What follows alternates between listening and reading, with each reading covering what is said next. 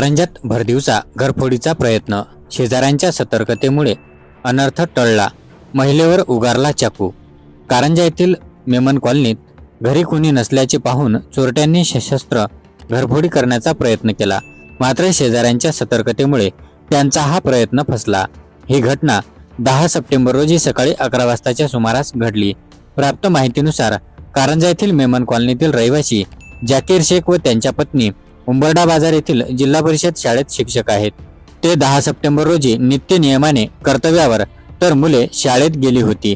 घरी कुणी नसल्याचे पाहून 4 अज्ञात चोरटे कारमध्ये बसून मेमन कॉलनीत दाखल झाले। त्यातील 2 जण कारमध्ये बसून राहिले, तर 2 जण खाली उतरून मोठा चाकू घेऊन संबंधित शिक्षकांच्या घरात जाण्याचा प्रयत्न करत होते। एवढ्यात शेजाऱ्यांनी त्यांना हटकले असता चोरट्यांनी आपली योजना बदलवली आणि शेजारी महिलेच्या अंगावर जवळचा मोठा चाकू उगारला, पण तिने आरडाओरड केल्याने चोरट्याने एक चाकू थैली जागेवर सोडली आणि चौघेही कारमध्ये बसून तेथून लंपास झाले। दरम्यान घटनेची माहिती शहर पोलिसांना समजल्यानंतर त्यांनी घटनास्थळी धाव घेऊन पाहणी केली। यावेळी सीसीटीव्ही फुटेज तपासण्यात आले, ज्यामध्ये चोरट्यांनी घटनेत वापरलेली कार दिसून येत आहे। इम्तियाज लुलानिया यांनी चोरट्यांचे काढलेले रेखाचित्र आणि सीसीटीव्ही फुटेजमधील कार या आधारावर पोलीस घटनेचा तपास करीत आहे।